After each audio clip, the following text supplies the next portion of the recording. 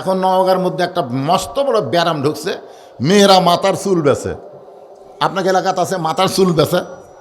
এই আমি আমার মা বোনদের জন্য বলতেছি, আমার মরে গেলে 5টা কাপড়, আপনি যখন মরে যাবেন আপনাকে 5টা কাপড় দেওয়া হবে। পুরুষের মতোই 3টা, 2টা কাপড় আপনার বেশি কোন জায়গা জানেন? একটা হলো সিনা বান, একটা হলো মাথা বান। মরার পরে যেই মাথা বান্দা লাগে, বেঁচে থাকতে সেই মাথার চুল বেঁচে খাচ্ছেন, আপনি বেহেশত কেমনে যাবেন? আজকে মায়েরা তওবা করেন, মা ও মা সোনার মায়েরা তওবা করেন। আপনাকে সবচাইতে বড় আমল হলো পর্দা। পর্দা যদি না থাকে তাহলে আপনি যতই রোজা করেন, নামাজ পড়েন, কোনো আমলে আল্লাহর দরবারে কবুল হবে না। তাক প্রাইমারি দিয়েছেন, ক্লাস 2 ওটাই খাড়া হয়ে পেশাব করে, খাড়া হয়ে পেশাব করে। আমার এলাকার গ্রামের এক ছেলে খালি খাড়া হয়ে পেশাব করে না, ওই পেশাব দিয়ে 40 পর্যন্ত লিখছে। জানেন কিয়ামতের লক্ষণ রে ভাই, যন্ত্রকে ধরে আগে 4 লিখছে, পরে 0 দিছে। আমি বললাম এই যেই কইছি এই মারছে দৌড়। আমি দৌড়ে করে শান্তি বললাম, কোন ক্লাসে পড়িস? টিও পড়ি। তো তোর স্যার তো শেখায়নি কেমনে পেশাব করা লাগে, বসে থেকে পেশাব করবি। তখনকার স্যার যে কথা, প্রাইমারি পেশাবখানার যাদিকে আমার স্যারই খাড়া হয়ে পেশাব করে, ওর স্যারই যদি খাড়া হয়ে মারে তাহলে বসবে। তা আপনার বাচ্চাকে যদি তালিম দিবার চান তাহলে এই মাদ্রাসায় দেওয়া দরকার আছে না নাই? দরকার আছে না নাই? একটু মনোযোগ দিয়ে শুনবেন। তালহা বলতেছে, ইয়া রাসূলুল্লাহ, ওসমান গনি বলেছে 3 দিন, কিন্তু আমি 3 দিন না কয়েক সপ্তাহ হলে আমি ফজরের সালাম ফিরাই বাড়ির দিকে দৌড় দেই। রাসূল চমকে উঠে বললেন, কেন? ফজরের নামাজের পরে আমি কিছু বয়ান করি, আমি কিন্তু কথাবার্তা বলি, সেই কথা বলা কি তোমার ভালো লাগে না? সেই আলোচনা কি তোমার শুনতে মন চায় না? তালহা বলতেছে, রাসূলুল্লাহ, আমি যেই কাপড় পরে আপনার জন্য দরজা খুলেছি ভাইজান, একটু মনোযোগ দিয়ে শুনবেন। আমি যেই পোশাক পরে আপনার জন্য দরজা খুলেছি, এই একটা মাত্র কাপড় ছাড়া আমার বাড়িতে আল্লাহ নবীর সামনে দাঁড়ানোর মতো কোনো কাপড় নাই। এই একটা মাত্র কাপড় ছাড়া আল্লাহ নবীর সামনে দাঁড়ানোর মতন দ্বিতীয় কোনো কাপড় নাই। তার মানে কি বোঝা গেল? আল্লাহ নবীর সামনে দাঁড়ানোর কাপড় যেমন তেমন কাপড় হলে হবে না ভাই রে। এই কাপড়ের নাম হলো লিবাসুত তাকওয়া। আমার কথার দিকে খেয়াল করবেন। একটা শার্ট গাওয়ার দিয়ে লুঙ্গি পরে যদি রুকুর থেকে শেষ দাঁত যান, একটা শার্ট পরছেন, শার্ট পরে আপনি রুকুর থেকে শেষ দাঁত গেছেন, তখন দ্বিতীয় কাতারে যারা আছে তারা আপনার পিছনের দিকে তাকা দেখে আপনার পিছনে ওরা এরকম টেপে হয়ে ফুলে হয়ে আসে। কারণ কি ফুলে হয়ে আসে কি বুঝতে পারছেন না? আর যদি আপনার একটা পাঞ্জাবি থাকে, পাঞ্জাবি, ওই পাঞ্জাবি কিন্তু পিছনটা আপনার ঢেকে রাখছে। জোরে খান কথা ঠিক কিনা? কথা বলেন ঠিক কিনা? হ্যাঁ, পিছনটা আপনার ঢেকে রাখছে। এমনও হতে পারে যে স্ট্যান্ডার্ড লুঙ্গি পরছেন, স্ট্যান্ডার্ড লুঙ্গি কিন্তু 1 বছরের গ্যারান্টি, কিন্তু হঠাৎ কারেন্ট গেছে, হঠাৎ কারেন্ট গেছে, এখন গরমে পুরে ঘেমে গেছে, এখন রুকুর থেকে যে শেষ দাঁত গেছেন, গাওত আছে শার্ট পটাস করে পিছনে ফেটে গেছে।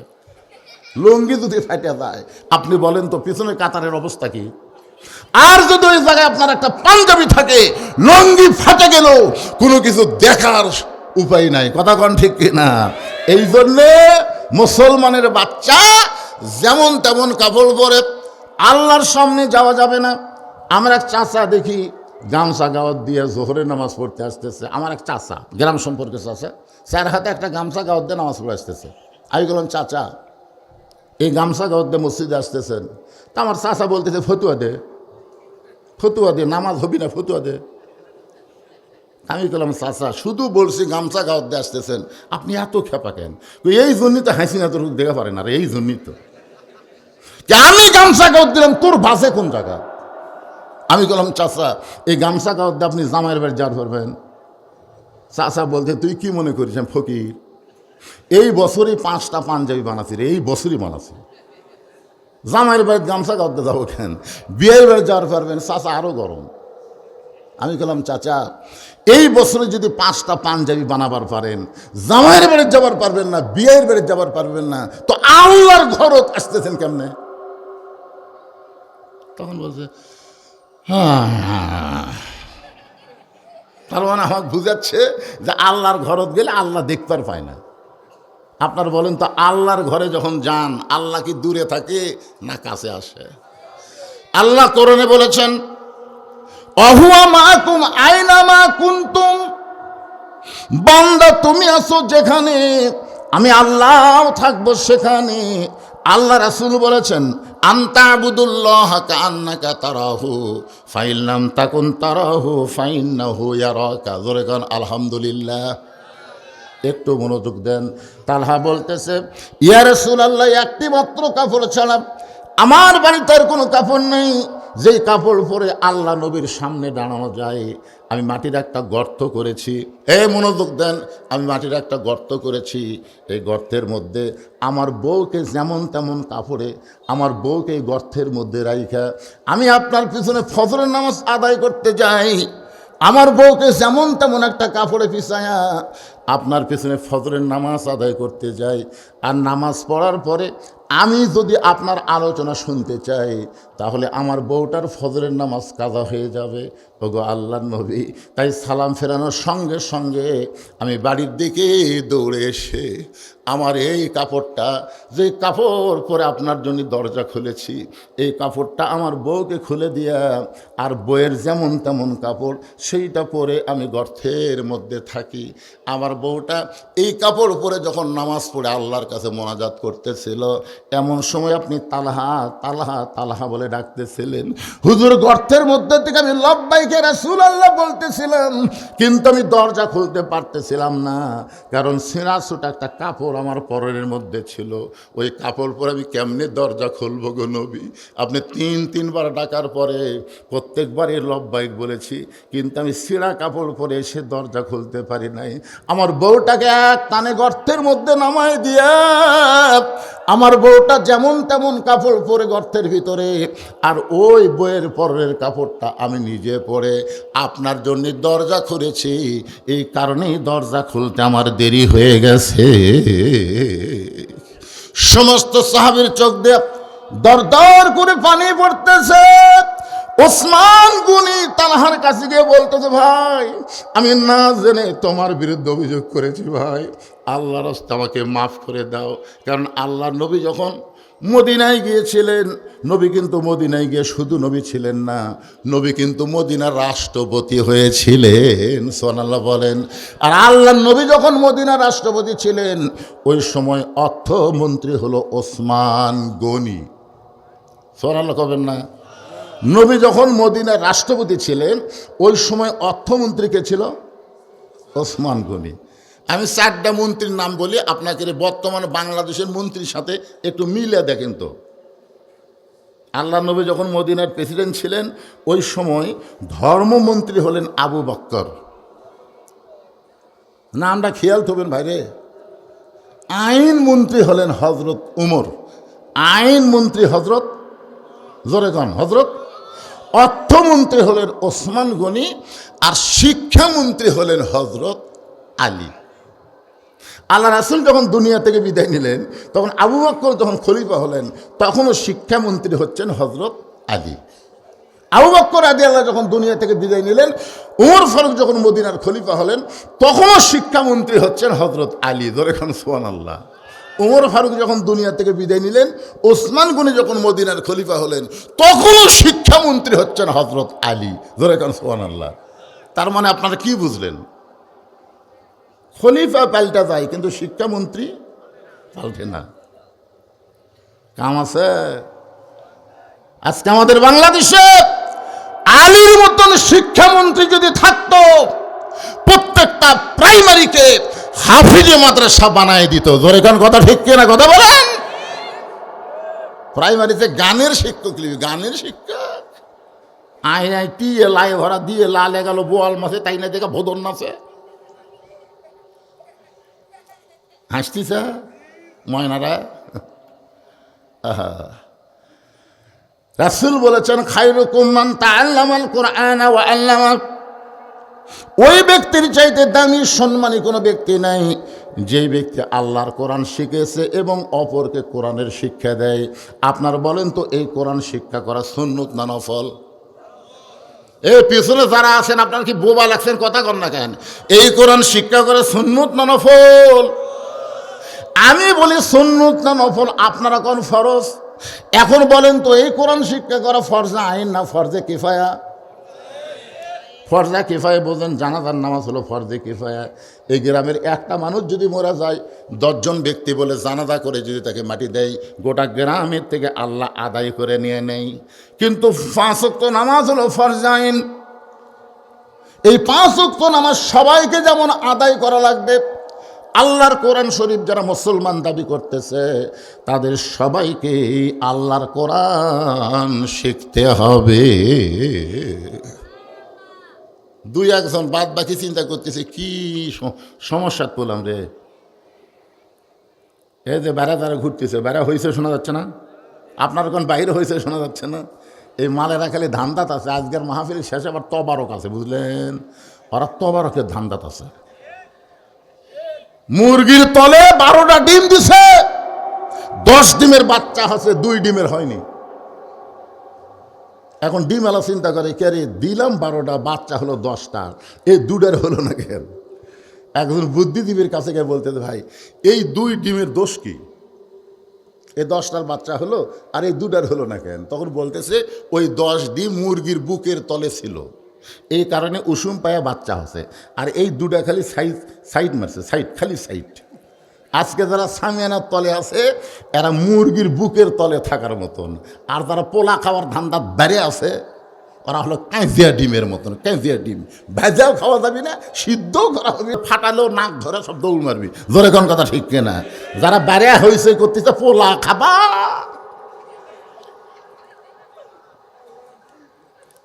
কাঁজিয়া ডিম। জোরে কোন কি ডিম? এখনো সময় আছে, ভিতরে আসো বাবা, বাইরে চিল্লেস না রে। বাহিরে থাকা লক্ষণ ভালো না রে পাগল।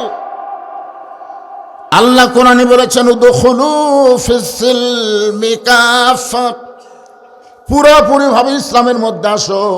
এই সামিয়ানার নিচে সবাই চলে আসো। একটু মনোযোগ দিয়ে কথাগুলো খেয়াল করবেন। তালাহার বিরুদ্ধে অভিযোগ কয়টা? 3টার মধ্যে 2টার কথা চলতেছে, একটু মনোযোগ দেবেন। সেই 2টা কথার বলতে গিয়ে আমি 4টা মন্ত্রীর কথা বললাম। 4টা মন্ত্রীর মধ্যে তালহাকে যে হাত ধরে কানতেছে সে হলো ওসমান গনি, অর্থমন্ত্রী। জোরে কন কি মন্ত্রী? আপনারা বলেন তো, অর্থমন্ত্রী ওসমান গনির চরিত্রটা কেমন? একদিন আল্লাহ রাসূল বললেন, ওসমান, আল্লাহ তোমাকে কত সম্পদ দান করেছে, তুমি কি তার হিসাব দিবার পারবা? ওসমান গনি বলতেছে, ইয়া রাসূলুল্লাহ, আল্লাহ যেদিন থেকে সামর্থ্যবানের জন্য জাকাত ফরজ করছে, সামর্থ্যবানের জন্য যেদিন থেকে আল্লাহ জাকাত ফরজ করছে, সেদিন থেকে হিসাব না করে উপায় নাই। কারণ শতকরা 2.5 টাকা জাকাত দেওয়া লাগবে। 40 মনে 1 মন, আবার 40টা উটের মধ্যে 1টা উট, এরকম হিসাব করে জাকাত দেওয়ার কথা আল্লাহর কোরআনে আছে না নাই? ওসমান গনি বলে, রাসূলুল্লাহ, আল্লাহ আমাকে কত সম্পদ দিয়েছে, তার তো একটা হিসাব আছে। রাসূল বললেন, বলো তো হিসাবটা কেমন? ওসমান গনি বলে, ইয়া রাসূলুল্লাহ, আল্লাহ আমাকে যত সম্পদ দান করেছে, সমস্ত সম্পদ যদি গুদামের মধ্যে রাখা হয়, ওই গুদামে তালা দিয়ে ওই তালার সোয়ানি টানতে একটা উট হিমশিম খায়। আপনারা বুঝা পারেননি, সুবহানাল্লাহ সবাই করলেন না কেন? মানে আল্লাহ যত সম্পদ আমাকে দিয়েছে, সমস্ত সম্পদ গুদামে থুয়ে ওই গুদামে তালা দিয়ে ও যে সোলানি কয় না, তালা কেটে কি সোলানি, চাবি, এই চাবি টানতে একটা উট হিমশিম খায়। আল্লাহ রাসূল বলেন, ওসমান, এত সম্পদ আল্লাহ তোমাকে দিছে, আল্লাহ যদি সম্পদ ফেরত চায়, আল্লাহ যদি এখন এই সম্পদ ফেরত চায়, তুমি কি দিবা? যেই বলছে আল্লাহ যদি ফেরত চায় তুমি কি দিবা? ওসমান গনি মারছে দৌড়। সাহাবেরা বলতেছে, হুজুর, ওসমান গনি এই যে দৌড় মারলো, মানে আমরা যখন কোনো মাদ্রাসার উন্নয়নের টাকা কালেকশন করবার শুরু করি তখন কতগুলো লোক মারে দৌড়। আপনারা দেখেন না, কতগুলো লোক কিন্তু দৌড় মারে, মানে ওয়াজ শোনে ঠিকই আছে, কিন্তু আদায়ের কথা বললে কিছু যায়। আপনারা বলেন তো, আদায়ের কথা শুনলে যারা যায় এরা কি? আপনি দিবার পারেন বা না পারেন অসুবিধা নেই, কিন্তু আপনি মাহফিল সায়াসুল্লাহ দান, বড় একটা ধানের পালা দেখে খুবই খুশি, এত ধান এত ধান, এই পুষকে পাগড়িয়া এত কথা বলতেছে তো দাও, তাহলে তোরকে পক্ষে ওয়াজ করতেছে আমি। এত ধান এত ধান। তখন একজন লোক বলতেছে, পাগলা সব ধান না, সব ধান নয়। না সবই তো ধান। বাতাস দে, বাতাস দে, তাহলেই বুঝবি কোনটা ধান কোনটা চিটা পাতান। তখন বড় একটা ফ্যান এনে বাতাস দেখে ধরছে, বুঝলেন, ধানগুলো সব ওটি থাকে আর চিটা পাতানগুলো সব উড়ে যায়। তো আদায় যখন শুরু হয় মাদ্রাসার মসজিদের, তখন এই ধানগুলা ওটি থাকে আর চিটা পাতানগুলা সব বার হয়ে চলে যায়। চিটা পাতান যে ওর মধ্যে মাল নাই, ধরে কারণ কি নাই, খালি ধানের ঢপি আছে। যেই মাত্র ওসমান গনি দৌড় মারছে, সাহাবীরা বলতেছে, রাসূল আল্লাহ, ওসমান গনি যেভাবে দৌড় দিল, আল্লাহ রাসূল বললেন, ইয়ানজুরু বি নূরিল্লাহ, আল্লাহ আমাকে দেখাইছে এই দৌড় সেই দৌড় না। কিছুক্ষণ পরে ওসমান গনি ওই চাবি বহনকারী উটটা রশি ধরে ধরে নবীর কাছে নিয়ে এসে বলতেছে, ইয়া রাসূল আল্লাহ, শুধু গুদাম না, গুদামের মাল না, গুদামের তালা না, ওই তালার চাবি বহনকারী উটটাও পর্যন্ত আমি আল্লাহকে দিয়া দিলাম। সঙ্গে সঙ্গে নবী বলে, আল্লাহ, চাওয়া মাত্র ওসমান সব তোমাকে দিয়ে দিল। ওসমানের কি থাকলো? আল্লাহ বলে, হাবিব, ওসমানের সব দিয়া দিল, ওসমানের কি রাখলো? ওসমানকে জিজ্ঞাসা করেন। এবার অর্থমন্ত্রী ওসমানকে আল্লাহ রাসূল বলে, ওসমান, সবে যখন আল্লাহকে দিয়ে দিল, তোমার জন্য কি রাখলা? ওসমান গনি বলতেছে, লা ইলাহা ইল্লাল্লাহু মুহাম্মাদুর রাসূলুল্লাহ, একজন মুসলমানের এর চাইতে বেশি দরকার নাই। সবাই বসেন। তালহা বলতেছে, রাসূলুল্লাহ, এই কারণেই আমার বউটা নামাজের মধ্যে ছিল, বউটাকে টান দিয়ে গর্তের মধ্যে নামায়া, আমার পরনে গর্তের মধ্যে ছেঁড়া কাপড় ছিল, সেই ছেঁড়া কাপড় বউটাকে পরাইয়া দিয়া বইয়ের পরনের ভালো কাপড়টা পরে আপনার জন্য দরজা খুলেছি, এই কারণেই দেরি হয়ে গেল। এমন সময় ওসমান গনি এসে তালহার হাত ধরে বল, তালহা ভাই, আসলে তোমার বিরুদ্ধে আমি অভিযোগ করছি ভাই, আমি না জেনে অভিযোগ করছি, আল্লাহর রাস্তা আমাকে মাফ করে দাও। রাসূল বলে, ওসমান, তুমি যদি অভিযোগ না করতে, আমরা তালহার এমন অবস্থা কেউ জানতে পারতাম না। জোরে কোন কথা ঠিক কিনা? তুমি যদি ওসমান অভিযোগ না করতে, তাহলে আমরা তালহার এমন অবস্থা কেউ বুঝতে পারতাম না। এমন সময় ওমর ফারুক বলে, ইয়া রাসূলুল্লাহ, এগুলো সব বলবো, এখানে রাখেন, সব বলবো, কিছু ওয়াজ করি, বুঝলেন, তারপর আবার বলে দেবো না একবার। হ্যাঁ, এই দেখতেছেন না, আদায় শুরু করছি, আস্তে আস্তে সব রাস্তার উপর গেছে। কতগুলো লোক আদায়ের কথা শুনলেই দৌড় দেয়। আপনি দৌড়ে যাবেন কোথায়? আপনি যে যাচ্ছেন, দৌড় দিচ্ছেন, আপনি যাবেন কোথায়? বাড়ি যাবেন? বাড়ি যাওয়ার পর্যন্ত গ্যারান্টি দেন তো দেখি। একটা মরদ মানুষ ওটা বলেন, হুজুর, আমার বাড়ি সবচাইতে নিকটে, আমি বাড়ি যাওয়ার পার বই, দেন, গ্যারান্টি দেন। তো দানের কথা শুনলে উঠে দৌড়তেন কেন? ওয়াজ শুনবেন সারা রাত আর মাদ্রাসার জন্য চালিয়ে উঠে যাবেন, তাহলে হবে? ওমর ফারুক বলে, ইয়া রাসূলুল্লাহ, এই তালহার বিরুদ্ধে আমার তৃতীয় অভিযোগ হলো, তালহা কচি মাসুম বাচ্চাকে রশি দিয়ে খুঁটির মধ্যে বেঁধে রাখছে। আল্লাহ রাসূল বলে, তালহা, আমি ছোট বাচ্চাদের ভালোবাসি এবং ভালোবাসার কথাও বলে দিছি। ছোট বাচ্চাদের ভালোবাসার কথা রাসূল বলেনি? আপনারা মসজিদের মধ্যে ছোট বাচ্চা যায় যদি একটু দুষ্টামি করে, আপনারা কি খুশি হন না রাগ করেন? শোনেন, যেই মসজিদে ছোট বাচ্চারা যায় না, আপনারা মরে গেলে ওই মসজিদে গরু ছাগল ছাড়া কেউ ঢুকবে না। হ্যাঁ, ছোট বাচ্চারা যেই মসজিদে বেশি যায়, বুঝবেন আপনারা বিদায় নিলে এই মসজিদে আবাদ হবে। ওরা আজকে দুষ্টামি করতেছে, আগামীতে ওরাই হবে নামাজি। জোরে কোন কথা ঠিক কিনা? এই জন্য কোনো ছোট বাচ্চা মসজিদে গিয়ে দুষ্টামি করলে আল্লাহ নবীর ঘাড়ও তুলছে, আপনারা জানেন। এক সেজদায় 3 বার সরব্বিল আলা সরব্বিল আলা, 3 বার সুবহান রাব্বিল আলা সাহাবীরা পড়ছে। কয়বার পড়া লাগে? 3 বার। কিন্তু দ্বিতীয় সেজদা যে 100 বার পড়তেছে সুবহান রাব্বিল আলা, কিন্তু নবী সেজদার থেকে মাথা তোলে না। অনেক সাহাবী চিন্তাত পড়ে গেল, কেরি নবীকে সেজদার যে চিনতে বুঝেছেন না। নামাজ যখন শেষ হলো, সালাম ফিরালো, সর্বপ্রথম উমর ফারুক দাঁড়িয়ে বলল, ইয়া রাসূলুল্লাহ, ঘাড়তে একটা গামছা ধরে। সাহাবীরা যখন নবীর কাছে কিছু বলতো, তখন এই যে পাগড়ি যেটা ঘাড়ত দিতে, ঘাড়ত দেয়া আসামি সুরে বলতেছে, ইয়া রাসূলুল্লাহ, আমার বেয়াদবি নেবেন না। আপনি প্রথম সেজদায় 3 বার সুবহান রাব্বিল আলা, আমরা ঠিকই বললাম, সেজদা থেকে মাথা তুললেন, কিন্তু দ্বিতীয় সেজদা যে এত লম্বা সেজদা দিলেন। আল্লাহ রাসূল বললেন, সাহাবীরা তোমরা তো জানো না, আমি দ্বিতীয় সেজদা 3 বার সুবহান রাব্বিল আলাই বলতে চাইছিলাম, কিন্তু আমরা যখন নামাজের সেজদায় তোমাদের ফাঁকের মধ্যে দিয়া দিয়া দিয়া দিয়া হোসাইন কিভাবে এসে আমার ঘাড়ের ওপর চড়ে বসিছে। কার ওপর? সেজদা দিছে, আমার ঘাড়ের ওপর চড়ে বসেছে। আমি 3 বার সুবহান রাব্বিল আলা বলে যখন হোসাইনকে নামাবার চাই, এমন সময় নামাজের মালিক আল্লাহ তাআলা আমাকে বলে, হাবিব হাবিব, আমার ভয় আপনি হোসাইনকে নামাবেন না। আপনি যেমন হোসাইনকে ভালোবাসেন, আমি আল্লাহ তেমন ভালোবাসি। যতক্ষণ বসে থাকবে আপনি সেজদা থেকে মাথা তুলবেন না। জোরে কর না সুবহানাল্লাহ।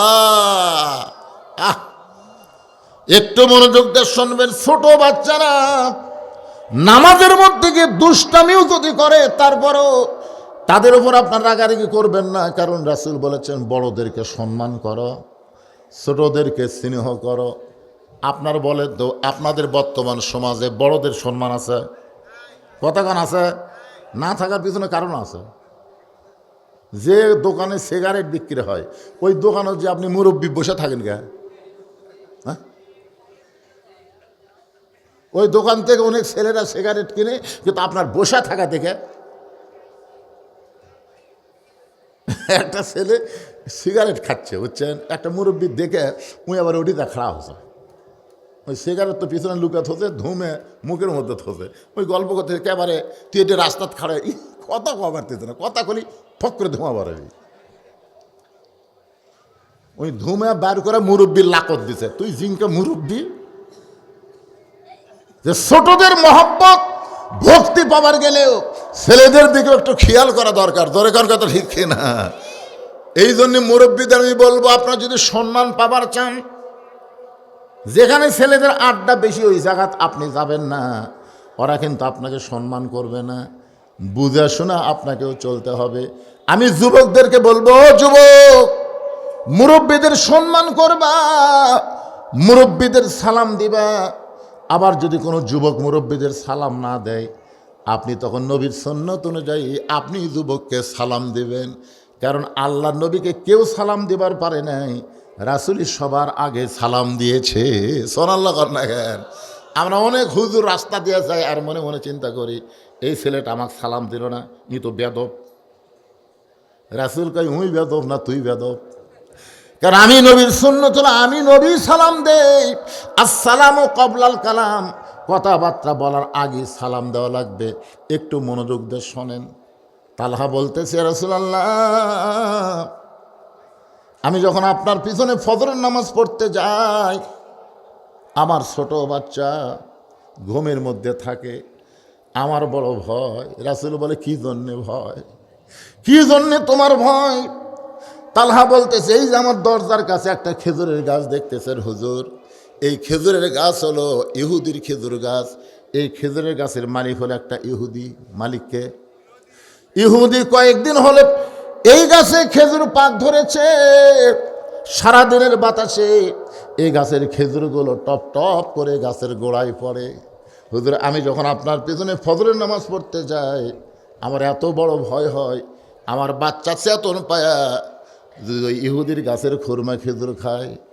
আমি একজন মুসলমান, আমার সন্তান ইহুদির গাছের খুরমা খেজুর খাবে, এইটা আমি কখনোই সহ্য করতে পারবো না। এই জন্য আমার বাচ্চাকে আমি কান্দে করে মসজিদে রওনা দেই। কিন্তু আমার বাচ্চার বয়স মাত্র 4 বছর। ধরে কোন কয় বছর? মাত্র 4 বছরের বাচ্চা। আমি কান্দে করে যখন রাস্তার মধ্যে যাই, তখন আমার বিবেক বলতে, তালহা এই ছোট বাচ্চা মসজিদে নিয়ে যাচ্ছ ঠিক আছে, কিন্তু তোমরা যখন নামাজ শুরু করবা, এই বাচ্চা যদি নামাজ নষ্ট করে দেয়, কারণ আল্লাহ রাসূল বলেছেন 7 বছরের কথা। জোরে বলেন কয় বছর?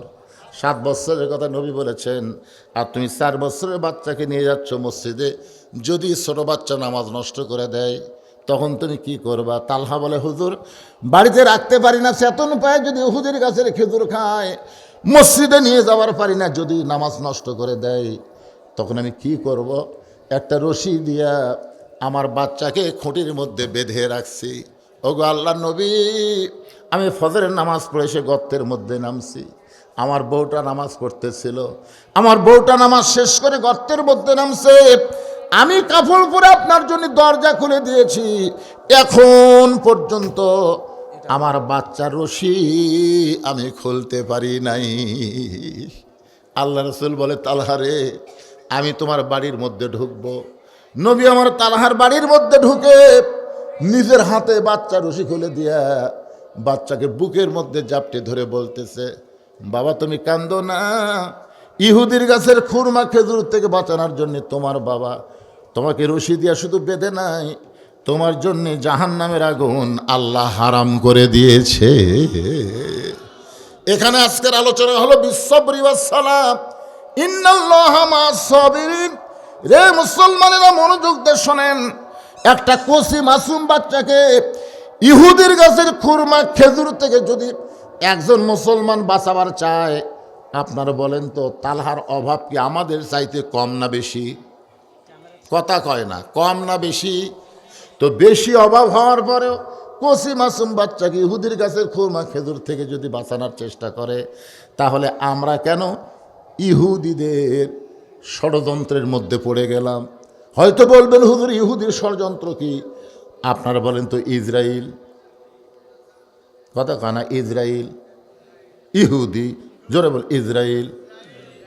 আপনারা বলেন তো এই যে আপনারা লাক্স সাবান ব্যবহার করেন, লাক্স ইন্টারন্যাশনাল লাক্স, এই সাবানের মালিককে? কথা কন না কেন? লিভার ব্রাদার্স যত কিছু আছে, পাউডার কোন, সাবান কোন, সুনু কোন, চা বলবেন, সবগুলো মালিক হলো ইহুদি। এদের কোকা কোলা, পেপসি কোলা, সেভেন আপ, যা পাচ্ছেন খাচ্ছেন, সমানে মারতেছেন। আপনি বলেন তো এইগুলার মালিককে? ইহুদি খ্রিস্টান হলে এইগুলার মালিক। বেশি না ঝগড়া বেশি? আপনাকে কারো 2 বউ আছে? তোর আছে? তুই তো গল্প গল্প তোর আছে? তুই তো এখন কিন্তু বিয়েই করিস নি রে। দাদা 2 বিয়ে করছে। কি শ্রোতা মোবাইল এইভাবে ধরে আছে সেই প্রথম থেকে। কিসের সমস্যা? এলা সমস্যা কুলাই এমনি জান্নাত দিবে। আজকের মাহফিলের কারণে আল্লাহ জান্নাত দিবে। যা পাগলা, কি খান আল্লাহ পারে কি পারে না? ধরে খান যারা 2 বিয়ে করেননি তারা বাচ্চিন ভাই,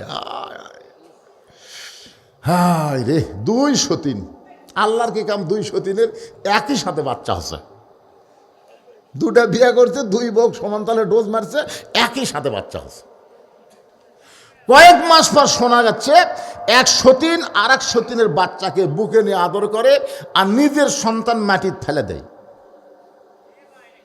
এইটা আবার গ্রামের লোকজন শোনা কয় না, এটা বিশ্বাস করা যায় না। নিজের সন্তান মাটির থুয়ে সতীনের সন্তান কোলত লেয়, এটা বিশ্বাস হয় না।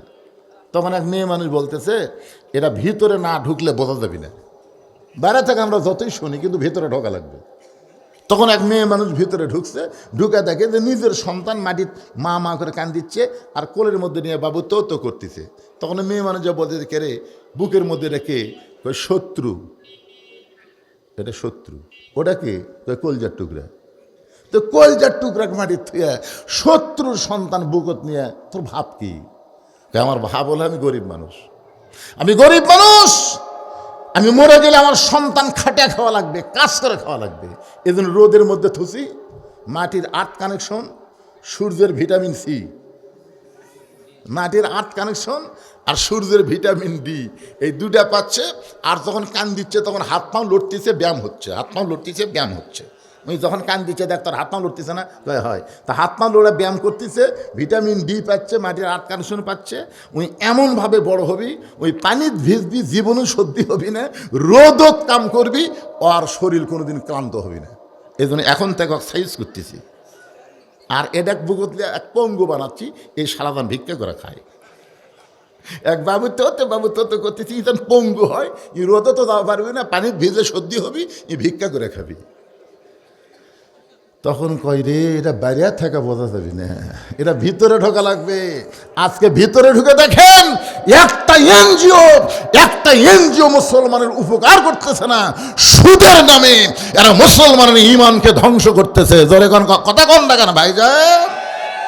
একটা এনজিও যতগুলো আছে এরা কেউ কিন্তু উপকার করতেছে না। ওদের সতীনের সন্তানের মতন বাবু তো করতেছে, কিন্তু আসলে পঙ্গু বানাচ্ছে। ঈমানে আমলে হামাকড়া শেষ। খাওয়া নিজের মায়ের সঙ্গে কয় যায় না, যদি বলতো নিজের ভাবির সাথে, শালির সাথে, তাও কবার থাকতো, কিন্তু নিজের মায়ের সাথে এই কথা বলতে রাসূল 3 বার মুখ ঢাকছে, 3 বার মুখ ঢাকছে। জানেন এই কথা বলতে গিয়ে রাসূল 3 বার মুখ ঢাকছে। সাহাবীরা বলে হুজুর কি? আল্লাহ রাসূলের সুদের বড় গুনাহ হলো আল্লাহর সাথে যুদ্ধ করা, আর সবচেয়ে ছোট গুনাহ হলো নিজের মায়ের সাথে জিনা করা। কি কোন এই পাপকে আমরা করতে চাই? সুদ মুক্ত বাংলাদেশ আমরা কখন পাবো? শুধু কোরআনের ওয়াজ শুনলে হবে না, এই কোরআন মোতাবেক বাংলাদেশ চলবে। সুদকে মাটির তলে দাফন করা হবে, জাকাত ভিত্তিক অর্থনীতি চালু হবে। আমাদের বাংলাদেশে 100 জন ধনী আছে, 100 জন ধনী মানুষ, যাদের সম্পদের পরিমাণ 1000 কোটির চাইতেও বেশি। 100 জন ধনী মানুষ, যাদের সম্পদের পরিমাণ কত? এ কথা কয় না, 1000 কোটির চাইতেও 1000 মানুষ আছে যাদের সম্পদের পরিমাণ 200 কোটি টাকার চাইতেও বেশি। 10,000 মানুষ আছে যাদের সম্পদের পরিমাণ 100 কোটির চাইতেও বেশি। এখন চিন্তা করেন, 100 কোটি টাকা যারা আছে তাকে 2.5 কোটি টাকা জাকাত দেওয়া লাগবে। 1000 কোটি টাকা যারা আছে তাকে 25 কোটি টাকা জাকাত দেওয়া লাগবে। এরকম সম্পদশালীর কাছ থেকে ডাকাত নিয়ে এটি যদি গরিবদের মধ্যে দেওয়া হয়ে যায়, 10 বছর পর আমাদের বাংলাদেশে অণুবীক্ষণ যন্ত্র দিয়া দেখলেও কোনো গরিব পাওয়া যাবে না। এই জন্য আল্লাহ তাআলা বলেছেন, আল্লাযীনা মাক্কান্নাহুম ফিল আরদ আকামুস সালাত ওয়া আতাউজ যাকাত। মুসলমানের মধ্যে কাউকে যখন ক্ষমতার চেয়ার দেওয়া হবে, তার 1 নম্বর দায়িত্ব হলো নামাজ কায়েম করা, 2 নম্বর দায়িত্ব হলো যাকাত আদায় করা। আমরা পরশু দিনে কই আমার ভরে গেল ভাই, যখন এই যে আপনার একজন এটা কি চিফ হুইপ যখন বলল 2টা প্রশ্ন, বিরোধী দলের নেতার কাছে 2টা প্রশ্ন, তখন স্পিকার কি বলতেছে? এখন নামাজের সময়, কিছু সময় নামাজের সময়, এখন প্রশ্ন করা যাবে না, আগে নামাজ। আপনারা বলেন তো, স্বাধীনতার 54 বছরের মধ্যে এমন স্পিকার পাচ্ছেন? এ কথা বল না কেন, সত্য কথা বলি কি হয়? যে স্পিকার বলল আগে নামাজ, কোনো প্রশ্ন নয়, কোনো উত্তর নয়, আগে নামাজ। নামাজকে দেরি করা যাবে না। যে স্পিকার নামাজের কথা, আজান শুনলে নামাজের কথা কয়, আমার বিশ্বাস এইরকম স্পিকারের মাধ্যমেই একদিন হয়তো নামাজ কায়েমের বিল উত্থাপন হবে। ধরে কোন কথা ঠিক কিনা? রমজান মাসে আপনি দেখছেন প্রধানমন্ত্রী তারেক জিয়া বিরোধী নেতার বাড়িতে ইফতার করতে গেল, নেতার ইফতারে গেল, দেখেন না আপনারা? নামাজের সময় যখন 2 জন নামাজে যাচ্ছে, তারেক জিয়া কিন্তু 1 নম্বর নামাজি, 5 ওয়াক্ত নামাজ পড়ে, খুবই নামাজি মানুষ। যখন নামাজে যাচ্ছে, এই দৃশ্য দেখে গোটা বাংলাদেশের মুসলমান খুশি হয়ে গেছে। প্রধানমন্ত্রী বিরোধী নেত্রী একসাথে নামাজে যাচ্ছে। তা আল্লাহ যে বলেছে, কো আনফুসা কো আহলিকুম নার, জাহান্নামের আগুন থেকে বাঁচলে তোমাকে একলা বাঁচলে হবে না, গোষ্ঠী শুদ্ধ বাঁচা লাগবে। তাই বর্তমান সরকারের কাছে আমাদের অনুরোধ থাকবে, তারা শুধু নিজেরা নামাজ পড়লে হবে না, নামাজ কায়েমের বিল সংসদে পাশ করা লাগবে। জোরে কোন কথা ঠিক কিনা? কথা বলেন। আজকে যদি নামাজ কায়েমের বিল পাস হতো, আমাদের ছেলেগুলার জন্য কোনো টেনশন করা লাগতো না। এদের হাতে যে মোবাইল আছে ভাই, এরা যে কখন কি করে ফেলে দেয়। কিন্তু নামাজ যখন পড়বে, নামাজ যখন কায়েম হবে, আল্লাহ বলতেছেন ইন্নাস সালাতা তানহা আনিল ফাহশাই ওয়াল মুনকার, একমাত্র নামাজই পারে মানুষকে যাবতীয় খারাপি থেকে বাঁচায় দিতে। আমার মায়েরা যদি 5 ওয়াক্ত নামাজ পড়ে, আমার মায়েরা কোনোদিন মাথার চুল বেচা খাবি না। এখন নওগাঁর মধ্যে একটা মস্ত বড় ব্যারাম ঢুকছে, মেয়েরা মাথার চুল বেচে। আপনাকে এলাকাতে আছে মাথার চুল বেচে? এই, আমি আমার মা বোনদের জন্য বলতেছি, আমার মরে গেলে 5টা কাপড়, আপনি যখন মরে যাবেন আপনাকে 5টা কাপড় দেওয়া হবে। পুরুষের মতোই 3টা, 2টা কাপড় আপনার বেশি কোন জায়গা জানেন? একটা হলো সিনা বান, একটা হলো মাথা বান। মরার পরে যেই মাথা বান্দা লাগে, বেঁচে থাকতে সেই মাথার চুল বেঁচে খাচ্ছেন, আপনি বেহেশত কেমনে যাবেন? আজকে মায়েরা তওবা করেন, মা ও মা সোনার মায়েরা তওবা করেন। আপনাকে সবচাইতে বড় আমল হলো পর্দা। পর্দা যদি না থাকে তাহলে আপনি যতই রোজা করেন, নামাজ পড়েন, কোনো আমলে আল্লাহর দরবারে কবুল হবে না। আর মাথার চুল একজন ব্যক্তি লাড়িয়া চাড়িয়া দেখতে পারবে। হুন্না লিবাসুল্লাকুম ওয়া আনতুম লিবাসুল্লাহুন্না, এই আয়াতের শানে শুধু একজন ব্যক্তি মাথার চুল লাড়তে পারবে, তিনি হলেন তার স্বামী। স্বামী ছাড়া বাপও মেয়ে বড় হলে মেয়ের মাথার চুল লাড়তে পারবে না, ভাইও বোনের মাথার চুল লাড়তে পারবে না। শুধু একজনই মাথার চুল লাড়িয়া চাড়িয়া সঙ্গে বুকের মধ্যে লিয়া ঘুম পাড়বার পারবে, তিনি হচ্ছেন স্বামী। স্বামী ছাড়া কোনো মহিলার মাথার চুল কেউ লাড়বার পারবে? কথা কন না কেন?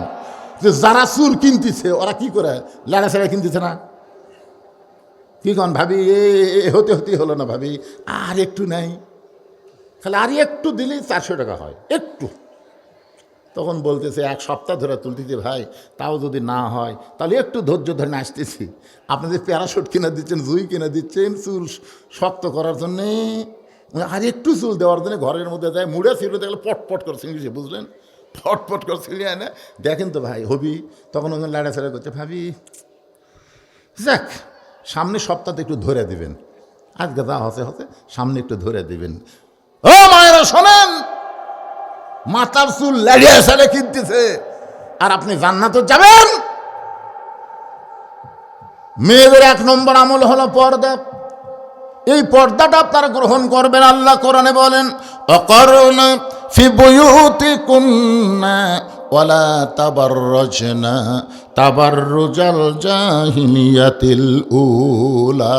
আল্লাহু আকবার। আমার মায়েরা ফাতেমার সঙ্গে যদি জান্নাতে যাবার চান, পর্দার মধ্যে থাকবেন। এবার আল্লাহর নবী বলতেছেন, তালহা ও তালহা, এত কষ্টের পরেও তুমি তোমার ঈমান ইসলাম নামাজকে ধরে রেখেছ। আমি রাসূল বলতেছি 10 জন জান্নাতে যাবে, কিন্তু আমি তোমাকে সঙ্গে করে জান্নাতে ঢুকতে চাই। আজকে যারা এই আলোচনা শুনলেন, এর মধ্যে কি বুঝলেন? নামাজ আদায় করতে হবে, যত কষ্টই হোক না কেন। আমরা বাতিলের সঙ্গে আপোষ করব না, আমরা সাহায্য চাবো কার কাছে? ইয়া আইয়ুহাল্লাযীনা আমানুস্তাঈনু বিস-সাবরি ওয়াস-সালাহ ইন্নাল্লাহা মা'আস-সাবিরিন। আল্লাহু আকবার। সবাই ইস্তিগফার পড়েন। আস্তাগফিরুল্লাহ রাব্বি মিন কুল্লি জামবি ওয়া তুবু ইলাই, আস্তাগফিরুল্লাহ রাব্বি মিন কুল্লি জামবি ওয়া তুবু ইলাই, লা হাওলা ওয়ালা কুওয়াতা ইল্লা বিল্লাহ। এই যারা বাড়া আছেন সবাই আসেন। এই তো আচ্ছা মারাত্মক কথা কচরা। এ ভাই শোনেন, এই যে লেখছে আমার জীবনে, আমি আমার এই জীবনে কোনোদিন শুনিনি যে হিজড়া মরিছে। কারণ আমাকে একজন ফতুয়া দিছিল, একজন আমার কাছে জানবার চাচ্ছে, হুজুর মেয়ে মানুষের 5 কাপড়, পুরুষের 3 কাপড়, তাহলে হিজড়া করে কাপড় কয়টা? না না, চিন্তার কথা তো। আমি কি করে এ পর্যন্ত মেয়ে মানুষ মারা গেছে 5 কাপড়, পুরুষ মানুষ মারা গেছে 3 কাপড়, তো হিজড়া যে মরেই নেই। হিজড়া মানে কি শোনেন, এই হিজড়াটা হচ্ছে, এটা আল্লাহ রাসূলের হাদিসের ব্যাখ্যায় বলা হয়েছে, মাসিক অবস্থায় বইয়ের মাসিক হয়েছে। মাসিক বোঝেন তো আপনারা, যে সময় সহবাস করা হারাম, ওই সময় কোনো স্বামী জোর করে যদি স্ত্রীকে সহবাস করে, আর সহবাস করার পরে যদি কোনো বাচ্চা পেটে আসে, কনসেপ্ট হয়, ওই সন্তান হিজড়া হয়। এই হিজড়াটা যদি মেয়েদের সাথে, জীবিত অবস্থায় মেয়েদের সাথে চলাফেরা করে, তাহলে মেয়েদের মতোই কাপড় দেওয়া লাগবে। হিজড়া যদি পুরুষের সাথে চলাফেরা করে, তাহলে পুরুষের মতোই কাপড় দেওয়া লাগবে। আমার কথা কি বুঝলেন? বুঝেছেন? যে হিজড়াগুলো মরিছে হয়তো আমাকে সাথে চলাফেরা করছে, এই জন্য 3টাই পাচ্ছে। আর যেই হিজড়াগুলা মেয়ে মানুষের চলাফেরা করছে আমরা বুঝবার পারিনি, ওই মেয়ে মানুষের মতোই 5 কাপড়ে পাচ্ছে। আমার কথা কি বুঝলেন? হ্যাঁ, হিজড়ার জানাজা ওই একইভাবে হবে, অসুবিধা নাই। তো আপনারা যারা বাইরে আছেন সবাই ভিতরে আসেন। আজকে মোনাজাতের পরে তাবারকের ব্যবস্থা আছে। আমি না নাকি আসমা নামে একজন মা আমার 2টা কোরআন শরীফ বাবদ 1000 টাকা বাকিতে দান করেছে। আল্লাহ মা আসমার দানকে কবুল করেন। নীলুফা মকরপুর 2টা কোরআন শরীফ বাবদ 1000 টাকা বাকি দান করেছে, আল্লাহ কবুল করেন। রাসেল 500 টাকা বাকি দান করেছে, আল্লাহ রাসেলের দানকে আল্লাহ আপনি কবুল করেন, আল্লাহুম্মা আমিন। হারুন 1 মণ ধান দান করেছে, আল্লাহ হারুনের দানকে আল্লাহ আপনি কবুল করেন। নাম হলো মোহাম্মদ আলহাজ মোহাম্মদ সাহেব আলী, 1000 টাকা বাকিতে দান করেছে, আল্লাহ তার দানকে কবুল করেন। নাম হলো নুরুল ইসলাম চক মুক্তার, নগদ 600 টাকা দান করছে, আল্লাহ তার দানকে কবুল করেন। সকলে বলি আল্লাহুম্মা আমিন। আল্লাহুম্মা সাল্লি আলা মুহাম্মদ, আল্লাহুম্মা বারিক আলা মুহাম্মদ, আল্লাহুম্মা সাল্লি আলা মুহাম্মদ ওয়া আলা আলি মুহাম্মদ কামা সাল্লাইতা আলা ইব্রাহিম ওয়া আলা আলি ইব্রাহিম ইন্নাকা হামিদুম মাজিদ। আজকের এই মাহফিলের মাদ্রাসা না মাহফিলের মাদ্রাসা এবং মাহফিলের সম্মানিত সভাপতি সাহেব নগদে 5000 টাকা দান করেছে। এনারা সবসময় দান করে, কিন্তু আজকে মাহফিলের উপলক্ষে, হ্যাঁ সবসময় দেন না ভাই? সবসময় দেয়, কারণ এই মাদ্রাসাকে সুধী সমাবেশ হয়তো সুধী সমাবেশ হয়, আবার মাহফিল হয়। মাদ্রাসার যারা কমিটির মধ্যে আছে তারা সবসময় দেওয়া লাগবে। আজকে নগদে উনি 5000 টাকা দান করছে, আল্লাহ তার এই দানকে কবুল করুক। জি, মেহনত করে, হ্যাঁ আলহামদুলিল্লাহ। কারণ আপনার বাবা মারা গেছে, মা মারা গেছে, মা জীবিত আছে, বাবা মারা গেছে। বাবা এই মাদ্রাসার সভাপতি ছিল। মাশাআল্লাহ, মাদ্রাসার সাথে সম্পর্ক করে তারা মরে যায়, এর কি মৃত্যুটা জান্নাতি হয়? ধরে কোন সুবহানাল্লাহ। মসজিদের সাথে সম্পর্ক, মাদ্রাসার সাথে সম্পর্ক, কোরআনের সাথে সম্পর্ক, এরা মূলত এগুলার মাধ্যমে আল্লাহর সাথেই সম্পর্ক করে। ধরে কোন কথা ঠিক কি না? হ্যাঁ, এই জন্য আপনারাও এই মাদ্রাসার সাথে সম্পর্ক রাখবেন। মাদ্রাসায় বাচ্চা দেবেন, প্যারাইমারি না দেয় এখানে দিবেন। প্যারাইমারি দিলে তুই খাড়া হয়ে পেশাব করবি, ওযু করা শিখবি না, পাক না পাক বুঝবি না। আর এই মাদ্রাসা দেবেন, আপনাকে কোনো টেনশন নেই, মাদ্রাসার হুজুররাই আপনার বাচ্চাদের দায়িত্ব নেবে। আর আমি যে কথা ওয়াজের ফাঁকে বললাম, বাচ্চাদের বেশি টারার দরকার নাই, খালি একটা মারবার দেয়। এটা ফেসবুকে এখন তো বুঝতেছেন তো, মাদ্রাসার মানুষ 2 চোখে দেখবার পারে না। আমার মাদ্রাসাত ভর্তি করে দিয়ে এসে বলতে যে হুজুর ওই রকম মারবি নাকি? কোন রকম রায় সহজ যায়, শয়তানেরা কি অকাম করে হাল দিছে। আল্লাহ সমস্ত শয়তানদের চক্র থেকে এই মাদ্রাসাগুলো আল্লাহ হেফাজত করুক। ধরে কোন আমিন, আল্লাহুম্মা আমিন। আল্লাহুম্মা আনতাস সালাম ওয়া মিনকাস সালাম তাবারাকতা ইয়া যাল জালালি ওয়াল ইকরাম। মাবুদ, সেই মাগরিবের নামাজের পর থেকে এত রাত পর্যন্ত তোমার পাগল বান্দারা আরামের বাড়ি, আরামের ঘুমকে বাদ দিয়া কোরআন হাদিসের মহব্বত কলিজার মধ্যে নিয়া এই জান্নাতের বাগানে বসে বসে কোরআন হাদিস আলোচনা শোনার শেষে আমি গুনাহগারের সঙ্গে রহমতের দরজায় ফকির হয়ে দোকানে হাত তুলেছে। মেহেরবানি করে আজকের মাহফিল আমাদের সকলের হিদায়াতের জন্যে, নাজাতের জন্যে, জান্নাতের জন্যে কবুল করো। এই মাহফিলের শুরু থেকে শেষ পর্যন্ত যত আলোচনা হয়েছে আল্লাহ, এর মধ্যে ত্রুটি হয়, ভুল হয়, মাফ করে দিও। এর জাহাদিয়া মঞ্জুর করো। সোনার মদিনায় নবী পাকের রওজা মোবারকে আল্লাহ কবুল করো। तमाम अंबियाई किराम, असहाबे किराम, ताबिन किराम, तबा ताबिन किराम, उम्महातुल मोमिनीन শহীদ শহীদান, জান্নাতুল বাকি, জান্নাতুল মাওয়া সহ পৃথিবীর যত গোরস্থান আছে আল্লাহ সকলের কবরকে জান্নাতের টুকরা বানায় দাও। আল্লাহ মকরফুর কবরস্থানে যত মুর্দা শুয়ে আছে আল্লাহ সকলের কবরকে জান্নাতের টুকরা বানাও। আল্লাহ এই মাদ্রাসাকে কিয়ামত পর্যন্ত কবুল করে নাও। এই মাদ্রাসার জায়গা দিয়া, জমি দিয়া মাদ্রাসা তৈরি করে যারা এখন পর্যন্ত কবরে চলে গেছে আল্লাহ মাদ্রাসাকে ওসিলা করে তাদের সকলের কবরকে জান্নাতের টুকরা বানায়া দাও। আয় আল্লাহ তাআলা, মাদ্রাসার সম্মানিত সভাপতি, মাহফিলের সভাপতি, তার বাবা আগে মাদ্রাসার সভাপতির দায়িত্ব পালন করত, আজকে কবরে চলে গেছে আল্লাহ তার কবরকে জান্নাতের টুকরা বানায় দাও। মাদ্রাসার সেক্রেটারি, মাদ্রাসার ক্যাশিয়ার, মাদ্রাসার সদস্য, মাদ্রাসার দাতা সদস্য আল্লাহ সকলকেই কবুল করে নাও। আয় আল্লাহ তাআলা, মেহেরবানি করে আমার মা বোনেরা পর্দার অন্তরালে বসে বসে আর শুনেছে, আবিদা সালিহা পর্দানিসি কবুল করে মা ফাতেমার চরিত্র দান করে দাও। মাদ্রাসার মহতামি, মাদ্রাসার ওস্তাদ, মাদ্রাসার তালবে ইলম, যার মাথায় পাগড়ি পরানো হলো আল্লাহ সকলকেই কবুল করে নাও। আজকে নগদে বাকিতে যারা দান করেছে আল্লাহ, আল্লাহ সব দানগুলোকে জান্নাতের বিনিময় হিসেবে আল্লাহ তুমি কবুল করে নাও। আল্লাহ আমি গুনাহগার বলে দোয়া ফিরিয়ে দিও না আল্লাহ। এতগুলো মানুষের মধ্যে যার দুইখানা পছন্দ করো সে দুই হাতের উসিলাই গোটা মাহফিলকে আল্লাহ তুমি কবুল করে নাও। আল্লাহ যারা যে নিয়ত করে হাত তুলেছে আল্লাহ সকলের নেক নিয়ত নেকাশা কবুল করো। আল্লাহ বিশ্বে মুসলমানকে হেফাজত করো আল্লাহ। আল্লাহ ইহুদি খ্রিস্টানেরা যে হারে মুসলমানদের নিধন করতেছে আল্লাহ তুমি সবই দেখতেছো আল্লাহ। তুমি যদি আমাদের জাতির পিতা নমরুদের চুলার থেকে শান্তির বাগান বানাবার পারো, আজকে তুমি কেন মুসলমানদেরকে মারার সুযোগ দিচ্ছ আল্লাহ?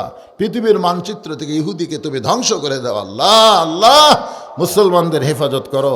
আমার বাংলাদেশের প্রতি আল্লাহ তুমি খাস রহমত নাজিল করো আল্লাহ। সোনার বাংলাদেশ হিসেবে কবুল করো। আসমানের বেলা আসমানে নাও, জমিনের বেলা জমিনে ডাবাইয়া দাও। মাঠে ময়দানে যে ফসলগুলো আছে আল্লাহ তুমি হেফাজত করো আল্লাহ। সকলকেই কবুল করে মৃত্যুর সময় আমাদের জবানে জারি করে দিও লা ইলাহা ইল্লাল্লাহু মুহাম্মাদুর রাসূলুল্লাহ সাল্লাল্লাহু। তাবারকের ব্যবস্থা আছে, আপনি একটু লাইন হয়ে বসেন। হ্যাঁ বসেন, সবাই সুন্দর হয়ে বসেন। সবার জন্য তাবারকের ব্যবস্থা আছে ইনশাআল্লাহ। ধৈর্য নিয়ে যেভাবে ওয়াজ শুনছেন ঠিক ধৈর্য নিয়ে এভাবে তাবারক নেবেন। হইচই করবেন না। হইচই তো আপনারা করবেন না, যে বাইরে যারা আছে ব্যারগারগুলো নিয়ে সমস্যা।